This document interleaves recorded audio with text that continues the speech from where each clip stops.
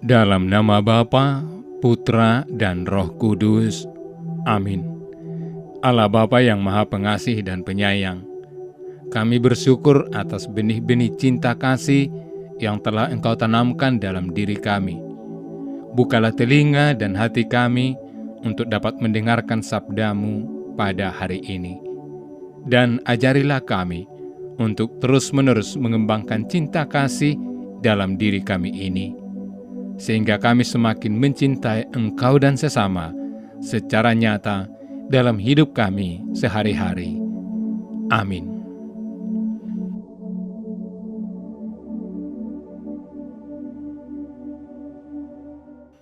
Kemudian Yesus pergi ke suatu kota yang bernama Nain. Murid-muridnya pergi bersama-sama dengan Dia, dan juga orang banyak menyertai Dia berbondong-bondong. Setelah Ia dekat pintu gerbang kota, ada orang mati diusung keluar, anak laki-laki, anak tunggal ibunya yang sudah janda, dan banyak orang dari kota itu menyertai janda itu. Dan ketika Tuhan melihat janda itu, tergeraklah hatinya oleh belas kasihan. Lalu Ia berkata kepadanya, "Jangan menangis." Sambil menghampiri usungan itu, Ia menyentuhnya. Dan sedang para pengusung berhenti, Ia berkata, "Hai anak muda, Aku berkata kepadamu, bangkitlah." Maka bangunlah anak itu dan duduk dan mulai berkata-kata, dan Yesus menyerahkannya kepada ibunya. Semua orang itu ketakutan dan mereka memuliakan Allah sambil berkata, "Seorang nabi besar telah muncul di tengah-tengah kita, dan Allah telah melawat umat-Nya." Maka tersiarlah kabar tentang Yesus di seluruh Yudea dan di seluruh daerah sekitarnya. Demikianlah sabda Tuhan. Saudara-saudari terkasih dalam Kristus, dalam kehidupan sehari-hari, kita sering dihadapkan pada berbagai bentuk penderitaan dan kehilangan. Kisah Yesus membangkitkan anak muda di kota Nain memberikan pengharapan dan penghiburan yang luar biasa. Peristiwa ini menunjukkan kasih dan kuasa Yesus yang tidak hanya mampu mengatasi kematian, tetapi juga memulihkan harapan dan masa depan bagi mereka yang berada dalam keputusasaan. Kisah ini merupakan salah satu contoh paling menyentuh tentang belas kasihan dan kuasa Yesus dalam Injil. Saat Yesus memasuki kota Nain, Dia bertemu dengan rombongan yang mengusung seorang anak muda yang telah meninggal. Anak ini adalah satu-satunya anak dari seorang janda. Dalam konteks budaya Yahudi kuno, seorang janda tanpa anak menghadapi masa depan yang suram. Anak laki-laki adalah harapan bagi seorang ibu janda untuk mendapat dukungan dan perlindungan. Kehilangan satu-satunya anak berarti kehilangan segala harapan dan dukungan, membuat posisi sang janda sangat rentan dan terisolasi. Saudara, ketika Yesus melihat pemandangan ini, hatinya dipenuhi oleh belas kasihan. Yesus bukanlah sekadar seorang guru yang memberikan ajaran moral, tetapi Dia adalah Tuhan yang berempati dengan penderitaan manusia. Kata-katanya kepada sang janda, "Jangan menangis," mencerminkan perhatian dan kasih-Nya yang mendalam. Ini menunjukkan bahwa Yesus peduli terhadap rasa sakit dan duka cita kita. Tindakan Yesus menyentuh usungan jenazah adalah tindakan yang luar biasa. Menurut hukum Yahudi, menyentuh jenazah membuat seseorang menjadi najis secara ritual. Namun, Yesus tidak terikat oleh batasan ini. Dia mengatasi tradisi dan hukum untuk menunjukkan belas kasihannya yang besar. Dengan kata-kata penuh kuasa, "Hai anak muda, Aku berkata kepadamu, bangkitlah." Yesus membangkitkan anak muda itu dari kematian. Keajaiban ini tidak hanya memulihkan kehidupan fisik anak itu, tetapi juga memulihkan harapan dan masa depan bagi sang ibu. Respon orang banyak adalah rasa takut. dan penghormatan.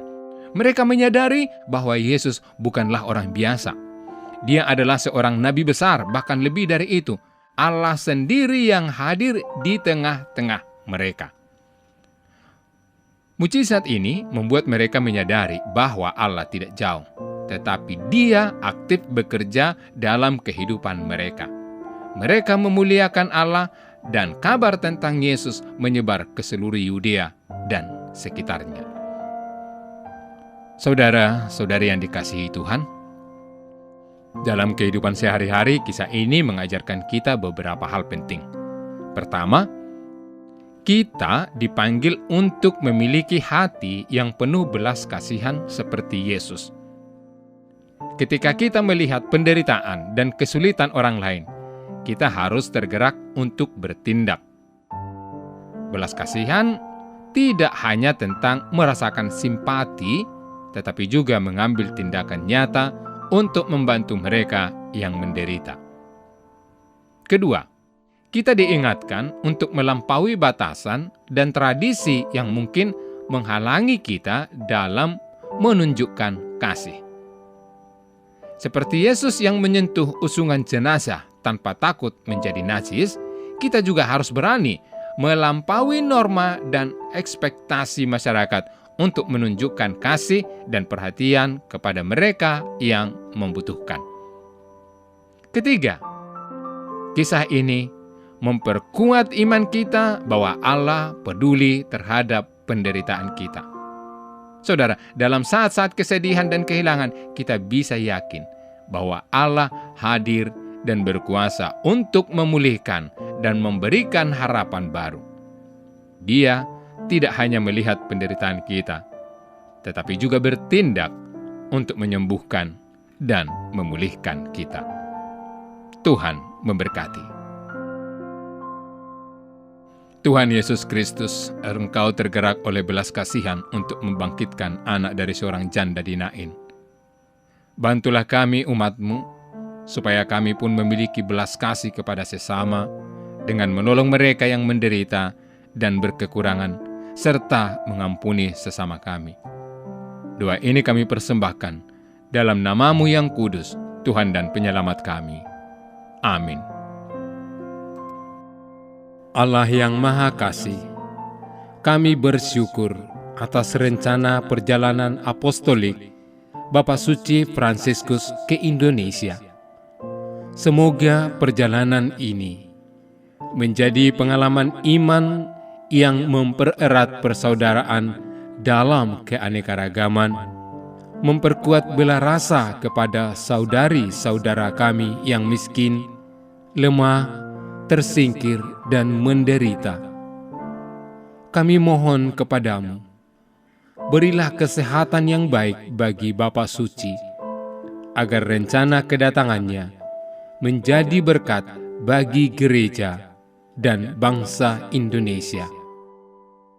Semoga kehadirannya membawa sukacita Injil dan membangkitkan pengharapan bagi terciptanya kerukunan, kedamaian, dan kebaikan bersama. Bersama Bunda Maria, Ibu dan Teladan Iman, serta Bapak Yosef, mempelainya yang amat setia. Kami serahkan siapapun yang terlibat dalam persiapan dan pelaksanaan kunjungan apostolik Bapak Suci ini ke dalam kuasa kasih-Mu. Dengan pengantaraan Kristus, Tuhan kami. Amin.